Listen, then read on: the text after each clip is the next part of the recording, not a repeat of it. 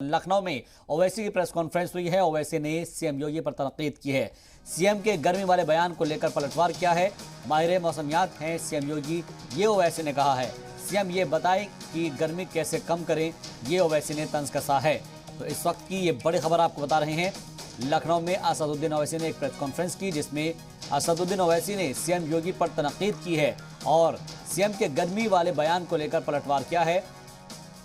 असदुद्दीन ओवैसी ने कहा है कि माहिर मौसमियात है सीएम योगी और इसीलिए सीएम योगी अब ये बताएंगे कि गर्मी कैसे कम करें।